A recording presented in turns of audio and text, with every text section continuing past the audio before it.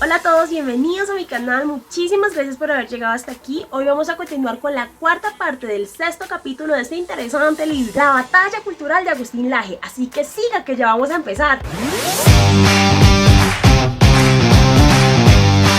El tercer director del Instituto de Investigación Social, o también conocido como Escuela de Frankfurt, puso el ojo en el estudio de las problemáticas filosóficas y culturales, llamando de esta manera a la construcción de una nueva teoría crítica de la sociedad. ¿Cómo? Pues criticando la sociedad más allá de la economía, sino más bien en términos que no descuiden lo cultural y lo psicológico. Entonces, para este fin, los más destacados miembros de Frankfurt recogieron el pensamiento de Freud. Uy, ¿y eso por qué? Pues porque para Freud la cultura reposa sobre la renuncia total de las satisfacciones instintivas, ya que según él la vida en comunidad requiere inevitablemente de que se ahoguen los instintos primitivos. Por lo tanto, para él la cultura es represión. De esta manera el problema cultural pasa a estar en primer plano, ya que si aún habiendo las condiciones para darse una revolución, esta no se daba, era porque definitivamente había una realidad psicológica y cultural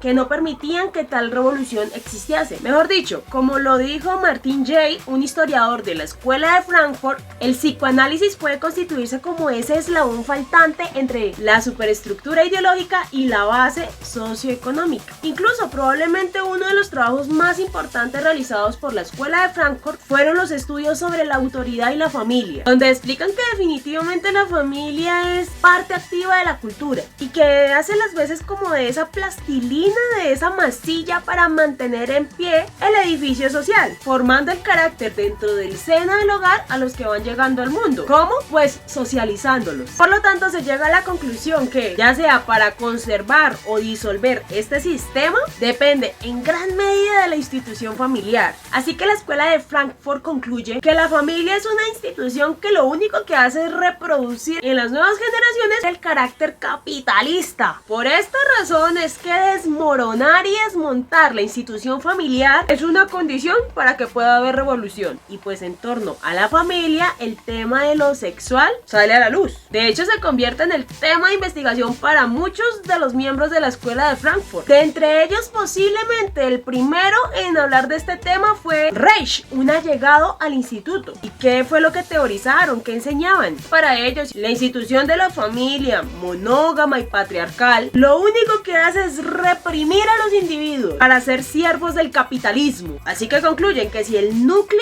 de la dominación social es pues de carácter sexual, entonces la liberación de esa dominación es también de carácter sexual. En otras palabras, una revolución socialista debe ser una revolución sexual. Uy, ¿y eso cómo? Pues liberando los instintos sexuales a través de una revolución cultural y psicológica que desarmaría por completo la cultura vigente. Claro, teniendo en cuenta que una revolución sexual no solamente se constituye en una revolución cultural, sino también en una revolución política, porque la política se entiende como una realidad que invade los aspectos más cotidianos y más personales de la vida privada de cualquier individuo. De hecho, esta revolución sexual que planteaban en la Escuela de Frankfurt tiene elementos demasiado actuales, como por ejemplo la obsesión con la sexualidad de los niños. ¿Y por qué la fijación con la niñez? Pues por esa noción que se tiene que no habría revolución posible sin modificar radicalmente la conciencia de las nuevas generaciones, porque son más susceptibles a absorber las nuevas ideas que se les imponen. ¿Cómo sería la cosa que incluso Reich aconseja que los niños deberían participar de las relaciones sexuales de sus padres? Uy, ¿en qué se basa para decir eso? Pues según Reich, si a los papás no les da vergüenza estar desnudos delante de sus hijos, pues sus hijos nunca desarrollarían ni laxivia ni timidez. Lo único que los niños querrían es satisfacer su curiosidad sexual, nada más. Una de las personas que siguió las ideas de este allegado de la Escuela de Frankfurt fue Herbert Marcuse, quien reconoce que el sistema capitalista ha logrado un nivel de productividad tan indiscutible que rebelarse contra el sistema capitalista porque hubiese una miseria o hambruna, pues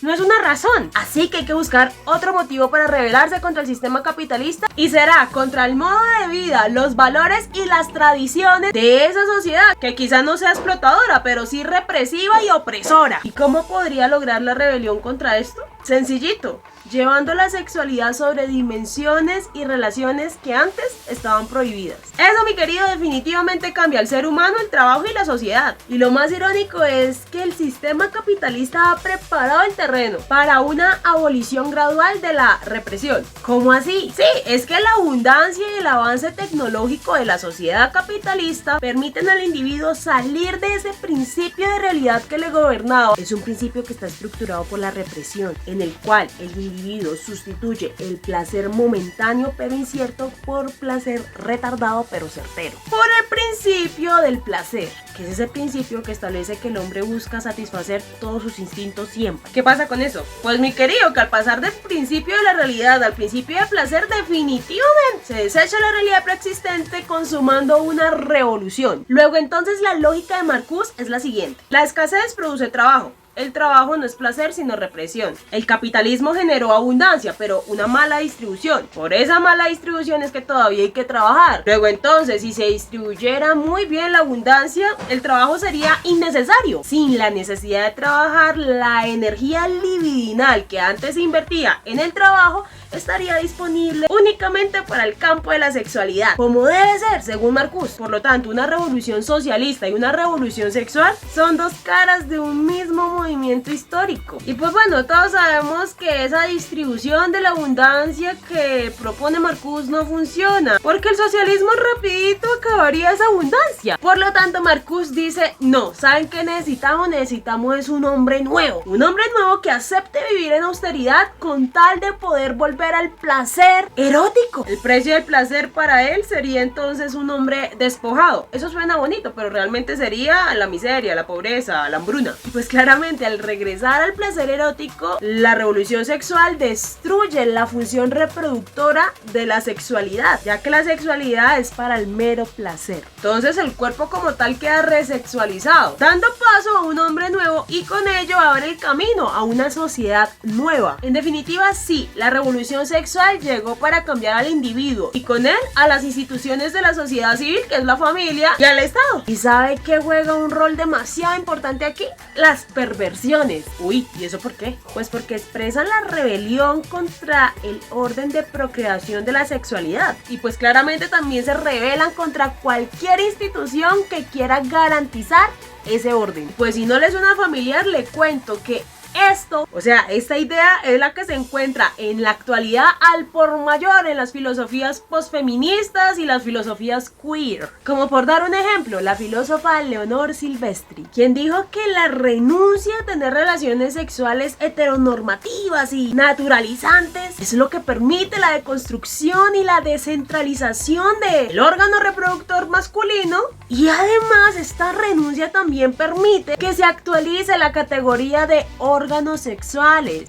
Sí, eso lo dijo alguien y en pleno siglo XXI. Así que la revolución parece tener dos fases para Marcuse. La primera es formar una nueva conciencia en el hombre nuevo. ¿Y quién sería el hombre nuevo? Según Marcuse, los de afuera. Es decir, presos, locos, habitantes de suburbios, drogadictos, insurgentes del tercer mundo, negros y sobre todo el estudiantado, cuya misión es expandir esa conciencia para preparar el camino a una revolución. ¿Cómo? Sencillito, como lo han venido haciendo, con revoluciones estudiantiles, con negación del principio de autoridad, con la impugnación de toda cultura recibida, mejor dicho, con batalla cultural. Con razón, Marcuse es el padre de la nueva izquierda, por favor, quien además declaró que la nueva sensibilidad se ha convertido en una fuerza política. Bueno, eso es todo por hoy. Muchísimas gracias por haber llegado hasta aquí. Si Dios permite, nos vemos la próxima semana para continuar con la quinta parte, llamada Las derechas y la batalla cultural, una relación distante. Le agradezco mucho que haya llegado hasta aquí. Que Dios le bendiga. Chao.